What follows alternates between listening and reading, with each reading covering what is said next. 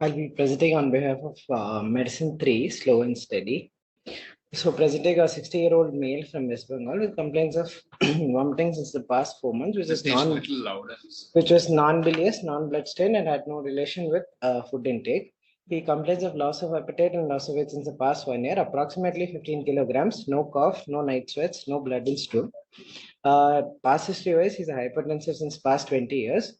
He was also recently diagnosed to have chronic kidney disease. Probable etiology they have diagnosed outside is a left obstructive catalyst, which was causing a obstructive uropathy and a shrunken kidney, for which he was also he underwent DJ stenting 2 months ago. He's also a known case of chronic gout. We do not have exact values of what he was having, but he has typical symptoms of swellings in knee, ankle, wrist, elbow, and the first metatarsal joint with swelling and pain, swelling, and fever. Fever was often associated with the joint. He was on irregular medication for the same, but there is history of intake of over-the-counter painkillers and steroids for the same, and continuous intake for 2 to 3 years. History was there, and since the past 4 months, he was not been taking his medications properly. On examination, he came to our emergency in view of poor intake and chronic vomiting. Initially, his BP was 80/50. In the emergency itself, his BP dropped down to 60 systolic, and in the ward also, even on 10 mics noradrenaline, his BP was 60 systolic with a pulse rate of 96 and a GRBS of 57. His GCS was 15/15 in the emergency. While we have assisted the ward, he was slightly confused. He was a thinly built, emaciated man. A pallor was there. There were tophi, which was noticed on bilateral first metatarsal joints. His cardiovascular examination was normal. S1, S2 were heard, no murmurs. His respiratory system examination was also normal.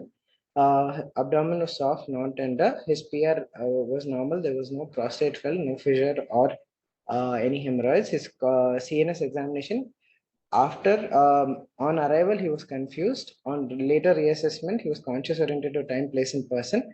He was moving all four limbs. There were no focal neurological deficits. His skull and vertebral examination were also normal.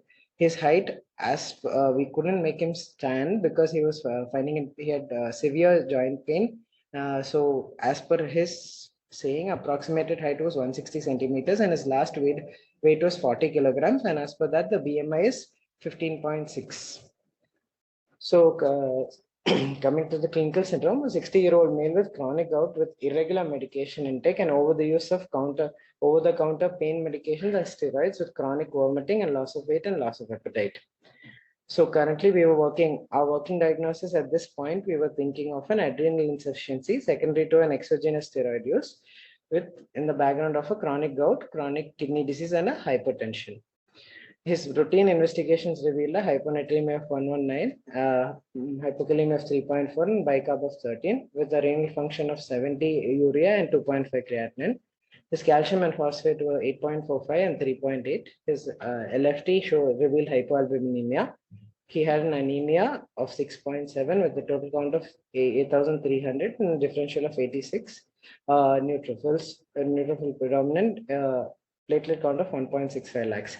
His urine routine revealed a WBC of 126 and an RBC of 7. His BBVS was negative and a uric acid was 6.6 with a random cortisol of 17.4. So what was done in the emergency was, in view of the fact that he was in shock and there was an underlying fever history, they had initiated and had given him empirical antibiotics from the emergency and also given him IV resuscitation. In view of adrenal insufficiency, we had initiated him on hydrocortisone stress protocol, started him with 100 mg IV hydrocortisone followed by 50 mg Q6RV. In the ward, post initiation of the hydrocortisone, he was improving. His sensorium improved. Hyponatremia got corrected. He was speaking normally, and he was also even restarted on oral feeds as he tolerated. But soon after he was restarted on oral feeds, he complained of severe weakness and tiredness. What could have caused the acute worsening? His BP had picked up and his sensorium and hyponatremia were resolving after the initiation of the steroids. But once he started the oral feeds, he developed complaint of severe weakness and tiredness. What could have caused the acute worsening?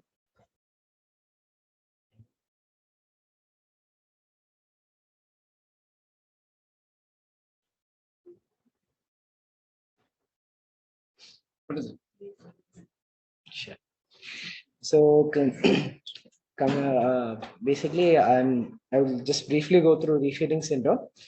So in a patient who's been chronically ill and whose intake has been poor, his insulin, there'll be in malnutrition people, there'll be low insulin and high glucagon, and thereby glycogenolysis and protein catabolism will be there. Once we restart him on feeds, what happens is basically carbohydrate becomes the main source of energy. Once that becomes the main source of energy, insulin levels increase. And as insulin levels increase, that is the potassium gets shifted intracellularly. So does the phosphate. And phosphate also gets utilized to make up ATP. And what the other thing that also happens is the fact that in the glycolysis pathways, in the thiamine also gets used up because it is a coenzyme that is required here. So usually they have hypophosphatemia, hypomagnesemia, thiamine deficiency, and hypokalemia. Clinical features can be very varied, involving multiple systems from nausea to hypotension. Cardiac can have shock, bradycardia, tachycardia, arrest, respiratory failure, pulmonary edema, hypoventilation, musculoskeletal being myalgia, and rhabdomyolysis. Renal being renal failure, metabolic acidosis, GI being nausea, diarrhea, and paralytic illness. Thankfully, our patient only had complaints of weakness.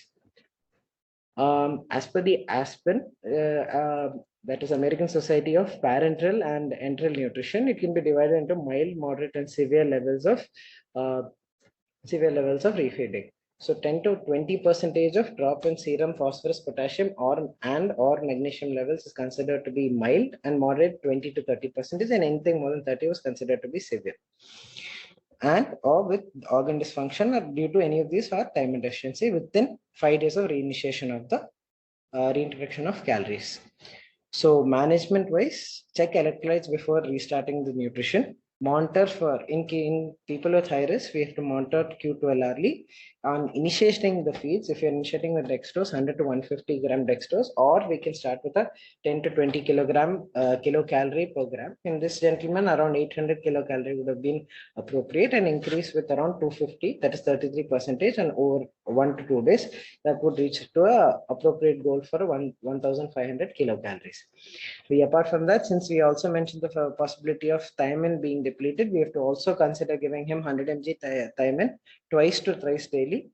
First dose at least 30 minutes before restarting the nutrition, which should be continued for at least 7 to 10 days. So coming to the fact that who are the people who are at a high risk for refeeding syndrome? People who are chronic alcoholics, oncology patients, elderly patients, patients with chronic malnutrition, malabsorptive syndromes, and those who are long-term users of antacids and diuretics. This is a nice guideline, though the evidence is level D recommendation. It mentions few criteria to identify someone who might be a high risk person, someone with a body mass index less than 16%, who's had an unintentional weight loss more than 15%, little or no nutritional intake for the past 10 days, low levels of potassium, phosphate, or magnesium before feeding itself is also. All of this, any one or more is enough to signify him to be a high risk person to develop refeeding. Otherwise, a person with a body mass index lesser than 18.5, unintentional weight loss greater than 10%, or little or no nutritional intake for the past 5 days, history of alcohol use or including insulin and other chemotherapy, antacids, and diuretics. In this, we need 2 or more to classify them as high risk for refeeding problems. Take home points: refeeding is a potentially fatal illness.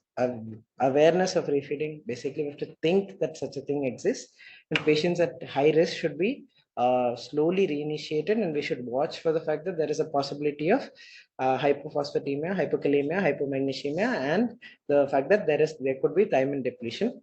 Refeeding should be started at a low level of energy replacement in those patients whose intake has been chronically low. Vitamin supplementation for at least 10 days, and correction of electrolyte and fluid imbalances alongside feeding, not prior to feeding, is not required. In our patient, his potassium turned out to be, it was normal, and then suddenly his potassium after initiation of feeds was noted to be 1.9 and phosphate of 2.2. He was supplemented with potassium, phosphate, and magnesium. He was also started on thiamine and other multivitamins. He is doing better. His intake has also improved. His weakness has also improved currently.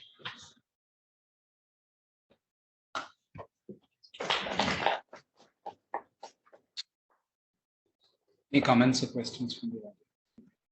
What was his magnesium? Did we check a magnesium before starting Magnesium feeds on or a arrival, phosphorus? on arrival was 0.94. We had started correcting then itself. So his magnesium when we checked again was 2.56. And still he went into a refeeding. That's probably because of the transient rise in serum magnesium after you give IV correction. Was he corrected IV? He was corrected IV and also oral was also started. Potassium and magnesium. Good presentation. An important thing to be kept in mind for anybody who is low BMI or I think 5 days is a better cutoff for us to be more cautious. 5 days of no effective nutrition intake or anybody with a severely low BMI. Please check calcium, phosphorus, magnesium before restarting feeds. Please monitor them Q12H for the next 48 hours. Can be a fatal complication, but easily prevented. Good case. Thank you. Thanks.